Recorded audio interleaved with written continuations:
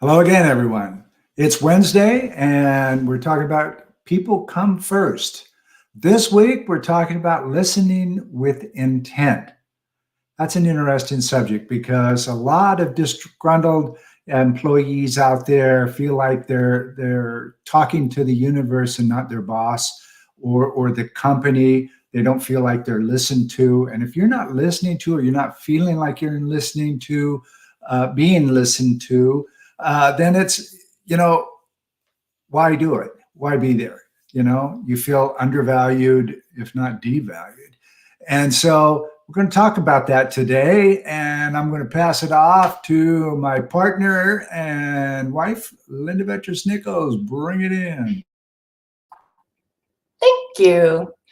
Well, we all know what it's like when we feel like someone isn't really listening to us, and then they're just responding. And we really feel seen and heard when we're listened to. And it's not just listening, it's understanding that they listened and they understood what you said. And if they didn't, they, like Jenny says, became curious and asked for either more information or didn't just respond back to you. So listen, that's the kind of the example of listen with intent that comes up for me. So yeah, it's just so frustrating when you feel you aren't being listened to. My kids were super challenging, and I really was frustrated because it was like, well, you could just, put them on Ritalin. And it's like, well, you don't put a sick child on Ritalin. So I found out later they had food sensitivities and stuff. And I was invited to be in like a parent group. And I thought, well, all I'm going to do is, give these parents information. My background is special ed, and I just couldn't figure out my kids. And later I got all kinds of information that wasn't out there yet, including we didn't even, like, parents weren't even special ed teachers weren't really being taught about autism or Asperger's syndrome. So it was really special for me to have the person that was going to run the parent group understand what I was talking about. She totally agreed with me, and she didn't, push that I even join the group. And that was really the first step in me healing from the frustration of what in the world is going on with my children. So when someone really listens, it's very healing. The first step in healing is understanding and being understood. Does that make sense? All right. How about you, John? What comes up for you when you think about listening and listening with intent? Well, the thing that comes up for me is that was always something that was very difficult for me to do, because I don't come from a teaching background or anything. It just happened to end up in leadership, which is a teaching background, but wasn't something that I learned from. And, I was one of those, he's a very active child, kind of thing, because it was well before Ritalin than anything else. The thing that I had to learn was techniques to work around issues. I mean, I have a very short attention span, and it's hard for me to listen to long periods of time. So what I had to do was I had to start doing something as simple as repeating what the person was saying over again in my head. And that forced me to pay attention to what they were saying. And in doing that, I was able to listen long enough to be able to get an idea of what they meant. It gave me the capacity to understand not just their words, but the emotion behind the words, which you tend to miss, or at least I used to tend to miss when I wasn't paying attention. It was kind of like, what? You just sort of pop into the conversation every once in a while when a word pops up that you pay attention to it. And then the other thing that I did when I first started helping other people who struggle with this, I said, pay attention to how long it takes for you to get an answer back. If the person gives you an answer right away, then they were listening to respond. If they have to go, let me think about what you just said a second, and then you get an answer, then they were listening to you. So it's a technique to learn to make sure people are listening to you. And it was a technique that I had to learn to make sure I was listening to other people. And as I've done that, I've become, I feel much better. Like you were talking about, Linda, I feel much better about the person I am, because I feel like I'm actually contributing the one thing that I can give people that only I can give people, which is my time. And if I'm just giving it to them, superficially, then I'm wasting their time and I'm wasting my time. So that's my story. I'm sticking to it. I love the story you're sticking to. It absolutely. Thank you so much for sharing that.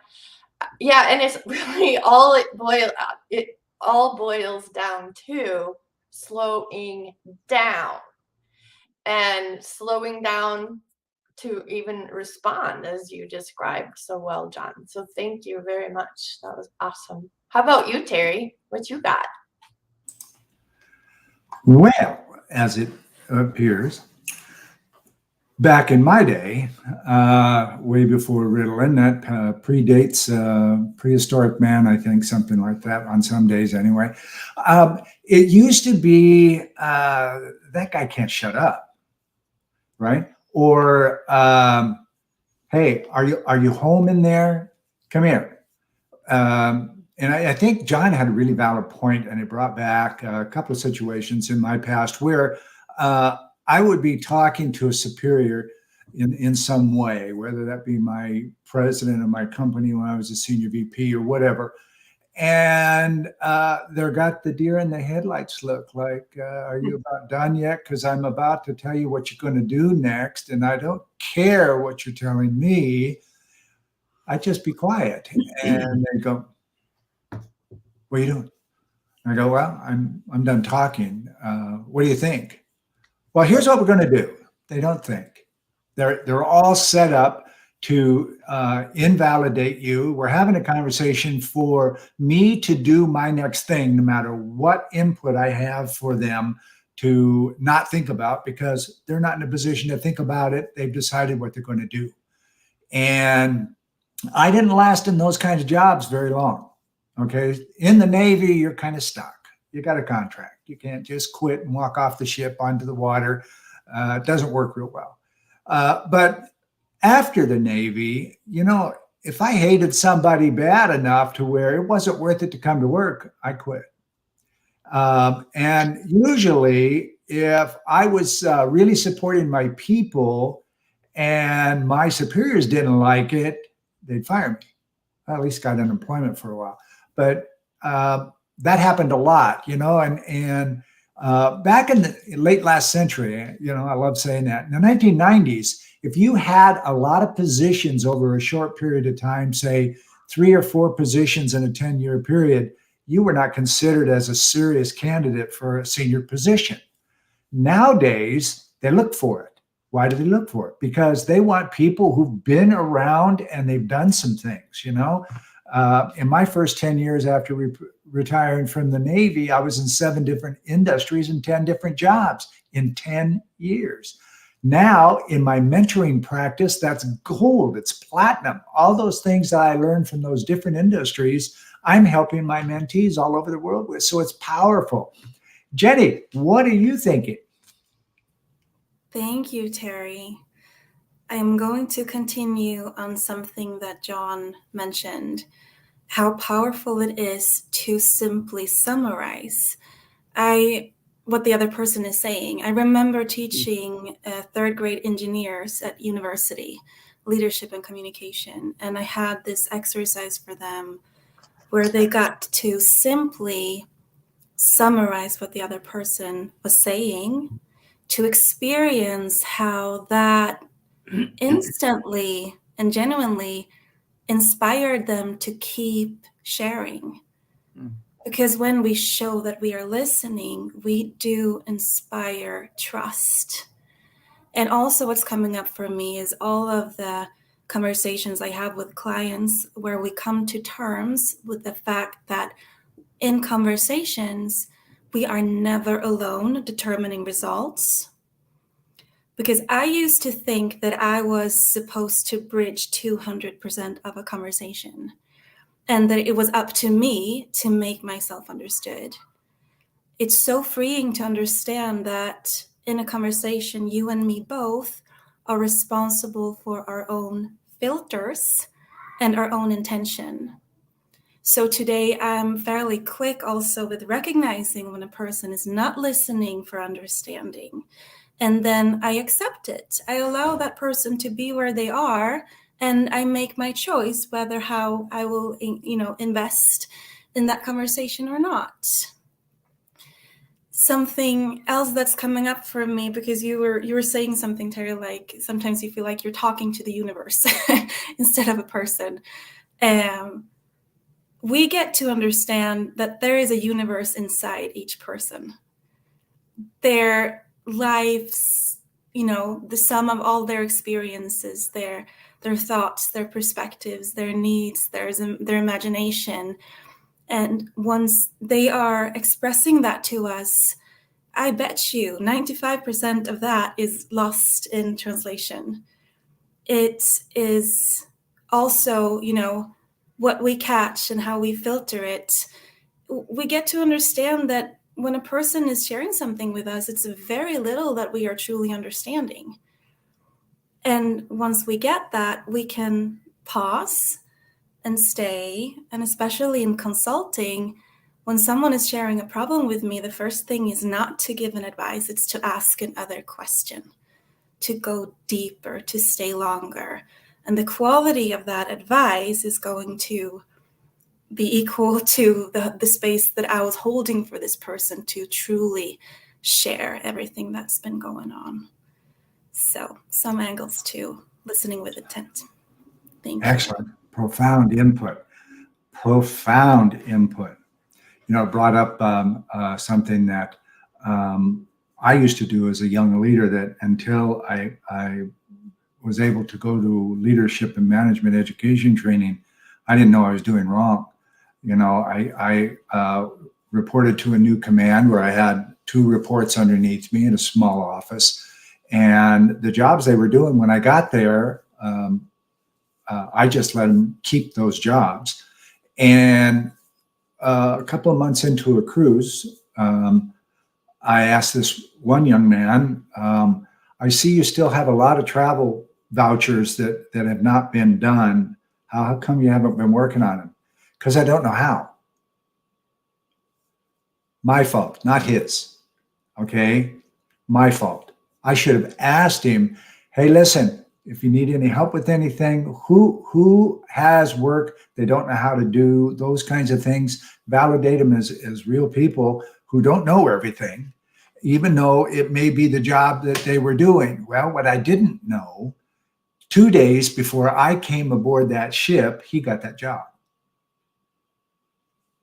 That assumption really made it shaky at first. And the 2 of us sit down and spent the afternoon, and I teach him how to do the vouchers, and we got them all caught up and sent them over to dispersing, and all was well in the house. But it validated something very, very special, and that is take a couple of minutes and not only know how your people are doing, but are they doing what they're doing? And do they know how? Particularly if you're new. Listening with intent to respond is not good. Listening with intent to understand and to assist, altogether different. Linda, got a take on that? Thanks. Well, what's been going through my mind is when I worked at a psychiatric day treatment center for young kids up through 5th grade, I just started saying, what do you need? What do you want? And how can I help you? And I saved myself a lot of black eyes. It just slowed all the behavior down and got their attention. And they're like, oh, this person's here to, for lack of a better word, serve me. And for probably the first time in the classroom, they felt like they were being listened to. So we have a statistic here. 69% of employees say they would work harder if they felt their efforts were better recognized. And I know, well, all three of you have feedback on that. And I'd like to start with John. John, I wonder if a scenario comes up for you of maybe an employee that is complaining, you know, they're not getting recognized. Do you have anything, any little scenario of experience of somebody like that? Oh, I think you're still muted, John. Yeah, I actually do. One of them is an employee, and one that was actually a partner at one point. And it was the assumption, and both of them were exactly the same issue, which was the assumption that they understood what to do as well as I understood what to do. You know, and this is the sort of the thinking of, well, I'm nobody special, so if I can figure this out, then anybody can figure this out. And that's a level of humility that will cause you nothing but trouble. I mean, I got this job, like Terry got this job and got promoted over these other people because he understood how to not only do the work, but also train the other people to do the work. So it was learning a lot of things, especially with salespeople, was learning a lot of techniques in which they would feel as if when they're making calls on cold calls or warm calls, that the other person is not the enemy. But the other person had the same trouble with traffic that you did. They have kids at home that are unhappy. They have all sorts of things. And as soon as you begin to listen to those issues, you can begin to set them aside and overcome them. But if you don't listen, you don't know. And the phrase that you don't know what you don't know has been one of those phrases that saved me a million times, because it's forced me to want to find out what the issue is, because I think it's this, but I'm never going to know. Like with Terry, with the guy who was just late, is he just slow, or is he just ignorant, or he just didn't know what to do? But now he knows what to do and everything's on time because he found out what the problem was. And so the other thing that I found that works really well for me in listening well, and specifically trying to help people lead better, is the power of silence. Because Western leadership is not real big on letting things just sort of hang out there in quiet land. But when you ask a question and then you just sit there quietly and wait for an answer, you would be amazed how powerful that silence can become, and how much power it creates in getting an honest response back. Because it's like we always say, well, how do you think we should go about that? Well, you know what I mean, right? How we should go about that? We just keep filling the space with words rather than just being quiet. And with that, I will just be quiet. Fantastic. Jen, got a point? Yes. Also, I'll ask Linda to just read the statistic one more time. Yeah, do you see it in the chat, Jenny? 69% of employees say they would work harder if they felt their efforts were better recognized. Yes. Oops. So what's coming up for me is that our self-image is, we have our own story of who we are. But everything that we're picking up from the people around us, we incorporate into our story of who I am, what I'm capable of, what I'm worthy of. And to have people around me who recognize me for my effort, who recognize me for, pushing through the hard times, also for being compassionate with myself through the hard times, is teaching me that I'm worthy of those things. And it's also inspiring me to step into my own choices. What I'm finding more and more with clients is that when we feel like we are not able to influence, when we feel like we are not able to step into, to make a decision, to move forward, to feel that progress, that we are in flow, that causes us to also disconnect from ourselves. And it's like going around in circles. And I know that you and me, Linda, have had many conversations about depression and how it's just like not really settling on a decision and exploring that and moving forward. And we need the encouragement of the people around us to stay in flow. And that's really the joy of work, that it's not about just like filling the boxes, ticking the boxes, and maybe on the next side of this corner I can have some fun. It's the exploration, the discovery of it, and the people who support us to stay compassionate in the process of growing through it all. Yeah, very cool. I'm glad I'm glad you brought up depression, Jenny, because depression is a disconnect. So you and I have talked about that too. That's a big validation right now. And I've written some articles on it over the last 2 years, and having to do with the next pandemic. The next pandemic is the PTSD, the depression, all of the stuff that everybody is dealing with right now. And depression is wild. The healthcare workers, God bless them, they're doing all they can do as fast as they can and staying focused with what they're doing. And when a person comes to work, they may not be all the way at work. And that happens a lot. You walk by somebody's desk or something like that, and they almost hear crickets coming out of them. Although they may be moving around and they're shuffling, they're really subliminally, in my mind, subconsciously saying, please say hi to me, validate me. I need it so bad right now. And a lot of times, okay, it's quiet there. I'll just keep walking. Think about that the next time it's quiet. Why is it quiet? Why isn't the keyboard going crazy? Why aren't they laughing and being part of the whole? Well, there's a reason. And you get to ask what it is, boss. And that is powerful. We're winding down on the last of our half hour now. I'm going to pass it over to Linda, and let's just kind of check in and see what today's thoughts are for each of you. Go ahead, Linda.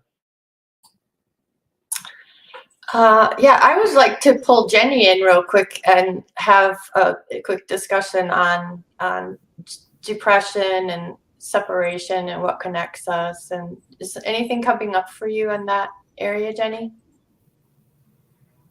Well, firstly, that I have been there myself. And I really want to point that out, that it becomes a stigma sometimes to talk about. But feeling a disconnect is a part of life, because we're always on our journey to figure ourselves out. And we actually can look at it as something that unites us. It is a shared human experience, and we get to talk about it and grow through it and learn from each other. Yeah, and sometimes we just wear our neural energy out to the point where we're depressed. There's many reasons for depression, including biochemical. And we've then disconnected with ourselves, not listening to our bodies, not listening to our needs, or not even thinking about, if I do this, then I'm going to be tired and I'm going to need extra sleep the following day or whatever. And the executive functions that planning ahead doesn't happen, especially if we're tired or we're overwhelmed or with ADD, ADHD as well. So, yeah. Yeah, it's so easy to try to control the situation and push harder and go faster. And a game changer is to connect with your authentic worth. Because we can go over the list of reasons, or like how to how to reset, or like how to calm down, how to replenish, until we understand that we are worthy of the goodness, that we are worthy of all those things that serve us. We're worthy of being in a state where we have clarity, where we have perspective. We're just going to pass on every opportunity and run into the wall. So I love your teaching, Terry, and we've had so many conversations on that too, Linda, on how we get to. So moving from that whip over my shoulder of have to and going into I get to receive in my life has been a game changer for me. Yeah. And with trauma, if things are going well, that for some people can be very scary. Or if someone is loving on them, that also can be very scary. Yeah. And, it's unfamiliar. Yeah, for sure. Mm-hmm. How about you, John? What comes up for you? Well, I guess the first thing that just came up for me when you were talking about that is that new behavior is uncomfortable. All new behavior is uncomfortable, whether it's good or bad behavior. If you're not used to doing it, it's very new, it's very uncomfortable. And that goes for both exhibiting the behavior and receiving the behavior. If you're not used to receiving attention and care and support, it's going to be very uncomfortable, and your sense of trust is going to drop dramatically until you realize there's a value associated with trusting. So, behavior is one of those things where we have to realize that just because it's a great idea, that's why everybody signs up at the gym in January, and by March everybody's gone, because it's a new idea, it's a great idea, it's wonderful and healthy, and yet why don't we just do it? I mean, that's part of one of my keynotes is we decide we want to change our lives, and we pick positive things, healthy things. And if that's the case, why don't we just do them? And the reason we don't do them is that it's new behavior.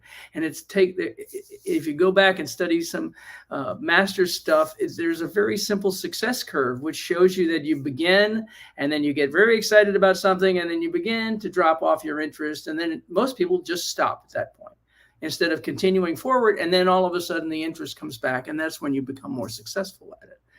The other thing that's important for me is the realization that whomever is in a position of authority in these cases is the person that has to begin this process.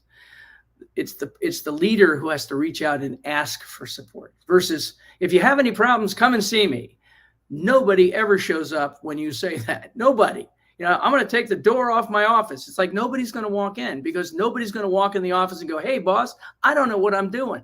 So if you want to know what's going on, if you're the person that's in some sort of, you're head of the team or the division or the department, or you're the position of authority in the family or whatever it might be, you have to be the person that reaches out and asks for them to help you understand why they are in a position that you seem to feel.